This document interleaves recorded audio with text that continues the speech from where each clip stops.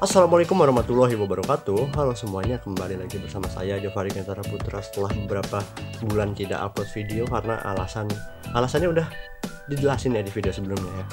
Ya intinya pada video kali ini saya akan merakit sebuah PC yang rakit PC doang sih sebenarnya. Tapi mohon maaf ya teman-teman karena saya nggak nunjukin muka karena kamera saya itu baterainya habis, dan kalau kalian nanya kenapa nggak dicas gitu kalau habis, karena casannya itu ketinggalan ya. Jadi ya nggak ada di rumah ya intinya. Jadi ya mau ngomong saya harus pakai kamera HP. Jadi ya mohon maaf kalau kualitasnya hanya 720p, sebenarnya bisa 1080p karena memorinya penuh, jadinya 720 aja lah.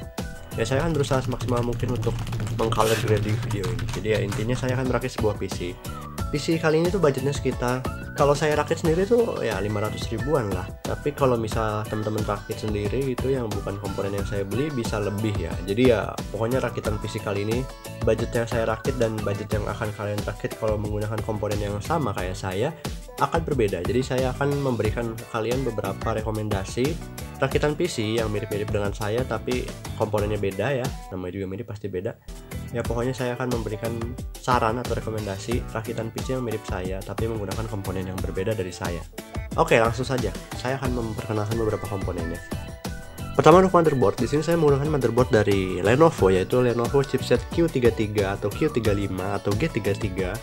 Lenovo Build Up ini soketnya 775, chipsetnya tadi Q35 ya. Untuk CPU saya menggunakan Intel Core 2 Quad Q 6600 2,4 GHz 4 core 4 thread. Lalu untuk CPU coolingnya saya menggunakan Build Up dari Lenovo sendiri, dan untuk fan-nya, jadi HSF itu saya pakai dari Lenovo ya yang original. Lalu untuk fan-nya saya pakai dari AMD. Lalu untuk RAM-nya di sini saya menggunakan 2x2 GB DDR2 6607 MHz sama 2x1 GB DDR2, jadinya 6 GB DDR2 667 MHz. Kenapa saya udah pasang semuanya nggak rakit dari awal? Karena masang RAM ini RAM ini nggak tahu slot RAM-nya agak error atau apa ya. Jadi setiap saya lepas RAM-nya terus dipasang lagi tuh langsung no display gitu. Jadi harus tricky lah, harus dipasang-pasang lagi, harus cabut pasang lagi dan lain sebagainya. Jadi males lah. Untuk CPU-nya juga ini agak males ya masang heatsink ini. Jadi ya saya udah langsung pasang aja lah.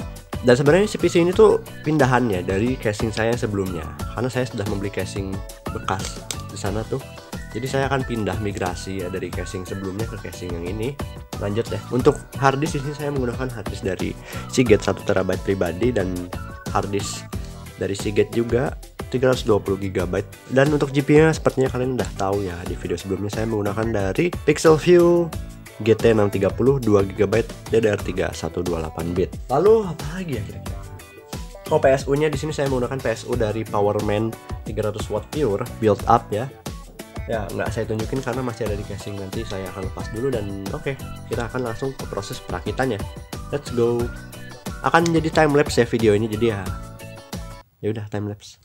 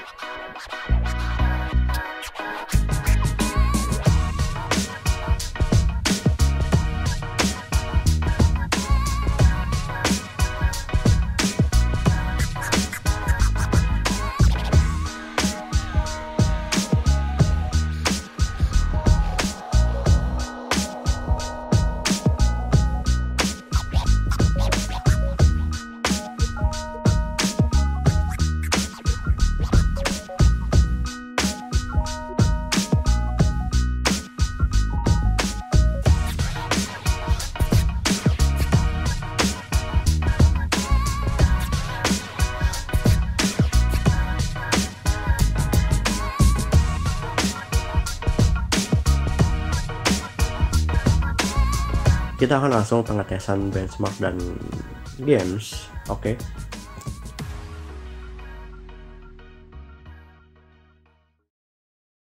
Cobaan hidup ada-ada aja guys. Jadi ya setelah beres dirakit tadi USB-nya nggak kebaca, jadi mau nggak mau reset CMOS ya.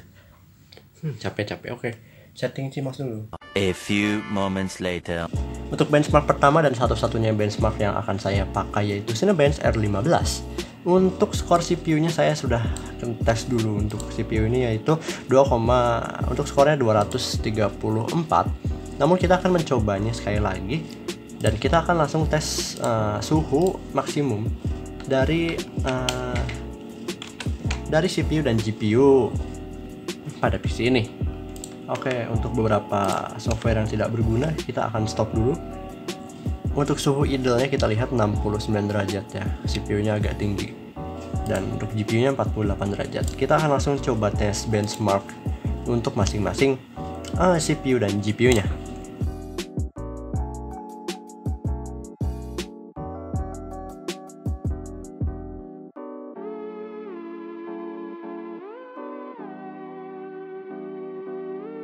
Oke teman-teman, untuk OpenGL GPU-nya ada pada 32,07 fps.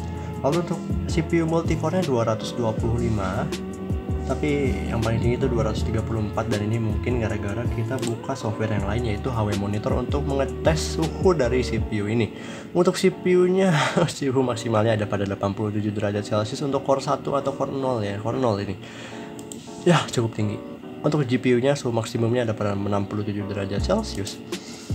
Dan untuk CPU-nya ini agak tinggi ya, 87 derajat untuk saat rendering, dan ini wah berbahaya sekali, bisa saja mati ya. Oke teman-teman, game pertama yang akan kita coba yaitu Genshin Impact. Settingannya bisa dilihat pada gambar berikut ya, video sih bukan gambar ya. Saya menggunakan settingan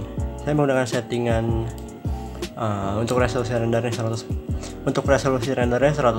ya, bayangannya rendah bukan terendah. Lalu visual efeknya rendah juga, SFX-nya menengah, dan untuk pengaturan grafik lanjutannya ya terendah. Lalu untuk anti aliasingnya di sini saya menggunakan TAA bukan SMAA. Lalu bloomnya dinyalakan dan efek teman co-op dinyalakan, surface scattering dan anisotropicnya off ya. Oke. Untuk rata-rata FPS-nya bisa dilihat ya, 20, 21, tapi ini untuk map Sumeru.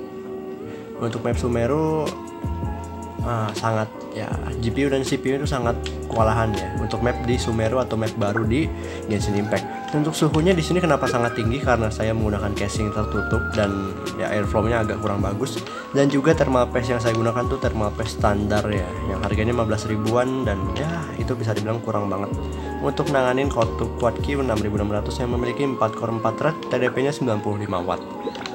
Dan untuk map yang map yang lebih ringan gitu, saya ingin coba map di Mondstadt ya. Ini yang nggak terlalu ringan banget, nggak seringan domain ya, tapi cukup lah untuk benchmark kali ini. Untuk kecepatan teleportnya di sini agak lama karena kita menggunakan HDD atau hard disk ya, bukan SSD. Dan teman-teman kalau misal kalian main Genshin Impact dan pengen teleportnya cepat, usahakan RAM-nya minimal 4 GB minimal banget dan menggunakan SSD. Dan untuk rata-rata FPS untuk di Mondstadt ya, ada di 22, 21, 25, 24. Dan kalau kalian mau 30 fps kalian bisa keluar Mondstadt, dan ya pokoknya kalau untuk di luar kalian bisa dapat hampir 30 fps ya, walaupun drop sering ke 27, 28 karena udah nggak ada. Tapi untuk kalau misal lagi battle gitu, kita coba battle ya, teman-teman bisa dilihat untuk pas lagi battle untuk FPS-nya nggak terlalu ngedrop ya, karena kita menggunakan CPU yang sudah mencukupi untuk bermain game Genshin Impact yaitu Quad-Q 6600. Dan bisa lihat CPU usage-nya emang agak tinggi tapi nggak 100% terus, jadi tidak ada CPU bottleneck dalam atau pada game ini. Kenapa gua ituin api? Ya kurang lebih begitulah teman-teman. Untuk game selanjutnya di sini ada GTA 5 dan saya seram sekali karena teman-teman bisa lihat di situ suhu CPU-nya menyentuh 80 derajat, dan kalau sampai 90 derajat nih PC bakal mati. Oke, untuk rata-rata FPS-nya, settingannya saya pakai mana? Untuk DirectX-nya saya pakai DirectX 11, resolusinya 768p, lalu FX AA-nya on, dan Untuk texture quality semua settingannya normal ya, atau paling rendah. Dan untuk soft shadownya di sini saya pakai softer ya, atasnya soft, jadi bayangannya lebih lembut gitu. Ya oke. Untuk rata-rata FPS-nya di sini menyentuh hingga 37 fps, 30 fps ke atas, dan sepertinya nggak akan drop sampai di bawah 30 fps ya. Untuk settingan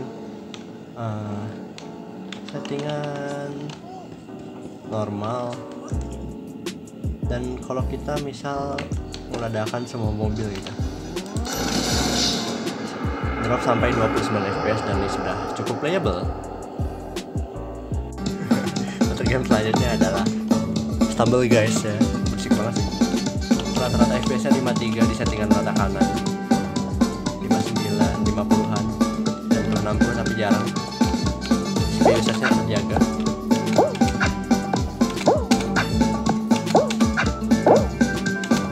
Tuh ngelek ya, fps nya rata 60, jadi ini cukup playable untuk settingan rata kanan. Oke.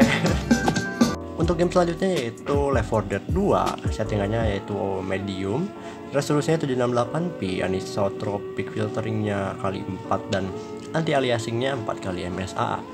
Lalu cancel. Jadi untuk rata-rata FPS di map yang pertama Left 4 Dead 2 yaitu 90, 100, 105 fps. Dan untuk kalau nembak mungkin drop sampai 90-an, dan coba kita lihat kalau misal kita bertemu dengan zombie dan api,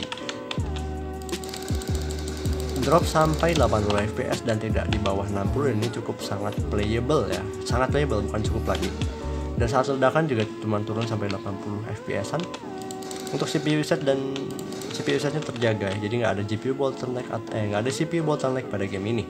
Untuk game selanjutnya itu CSGO, teman-teman bisa lihat di kiri bawah ya, karena MSI Afterburner nggak kebaca di game CSGO. Sebenarnya bisa kebaca tapi harus diakalin, jadi saya pakai Xbox Game Bar saja.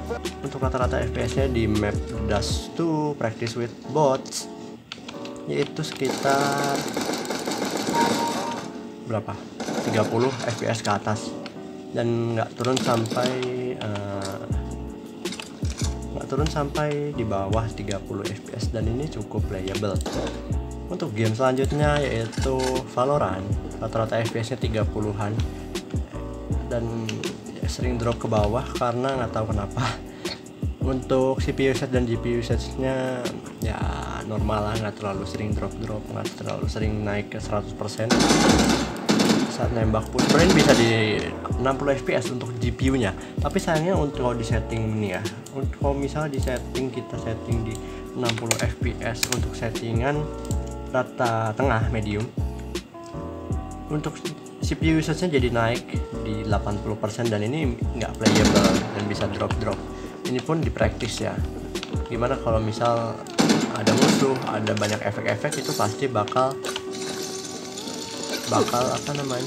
dropnya lebih kerasa gitu, 100%. Jadi saya saranin kalian bisa mainnya di low, atau misal kalau misal pengen GPU nya yang naik usage-nya, kalian bisa ketengahin grafisnya, lalu limit FPS nya di sekitar 45 atau 30. Saya pengen nyoba di 45 fps, dan teman-teman bisa lihat di situ CPU usage-nya lumayan tinggi, dan GPU-nya bisa naik ke 80%, dan ini bakal konstan 45 fps, dan ini cukup playable. Dan kalau misal ketemu musuh, atau kalau misal ketemu musuh ada efek-efek, paling dropnya nggak nyentuh sampai 30. Ini cukup playable.